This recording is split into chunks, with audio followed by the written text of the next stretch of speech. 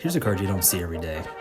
This is an N184 tobacco card, Kimball Champions from 1887. Going all the way back to the origins of baseball. This card is 133 years old. I did the math. It's in incredible shape as far as I'm concerned. And it's lasted all this time. It made it through a century and then some. And here it is in my collection. Before we get into all the details of it, let's just take a closer look at it.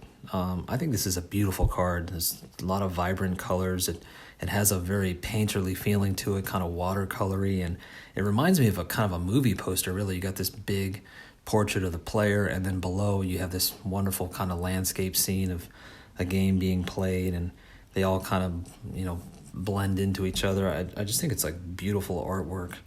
And this set, I think, is really underappreciated. So let's talk a little bit about this set. Like I said, this was from 1887, Kimball Champions.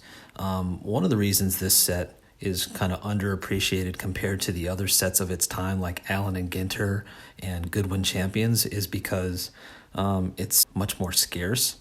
One of the reasons it's less popular is because it features athletes and sports from all over the world on all the cards from this set, and there are only 4 baseball players featured in this set, and the biggest name among them is a player from this time period named Tip O'Neill. So only one recognizable player, and the other 3, including this guy, are pretty obscure. So for that reason, it's not a set that you hear a lot about, but I think it's beautiful, and I'm really excited to have found this at a reasonable price. So let's talk about this mustachioed gentleman here. Let's talk about E.A. Burch.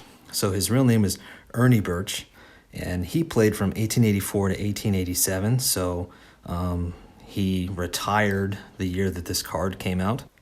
It says at the bottom that he's a champion baseball fielder, and I kind of feel like that might need to have quotations around it because there's no evidence that this guy was anything like a champion. He batted .260. He played for the Cleveland Blues, and he's portrayed as being on the Brooklyn team. At the time, they were called the Grays. Eventually, they would become the Trolley Dodgers, and then, of course, just the Dodgers. Okay, so let's take this card and put it under the loupe and get a even closer look at some of the details. And this is one of the reasons why collecting pre-war is so fun, is just you get to see all the really elaborate artwork. You can see, looking at the fielders in the sort of landscape area at the bottom of the card, that some of the printing is a little off. This card definitely has some serious rounded edges, 100 plus years of wear and tear. Let's take a look at the back of the card. The top of it's going to call out Champions of Games and Sports. That's kind of the heading of the whole set, given with each box of W.S. Kimball and Company's cigarettes. And then they proceed to list all the different games and sports that are included in the set. And this is kind of fun just to see how things were labeled back in the day. So you have a billiardist. What else do you got? A shot putter, a fancy skater. What makes them fancy? Nobody knows. A Swiss wrestler.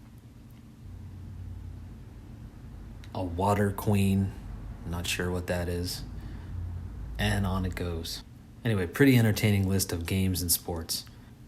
So that's it, the 1887 Kimball Champions of E.A. Burch. Hope you guys enjoyed taking a look at this pretty unique card. So thanks for checking out the video, guys, and I'll see you on the next one.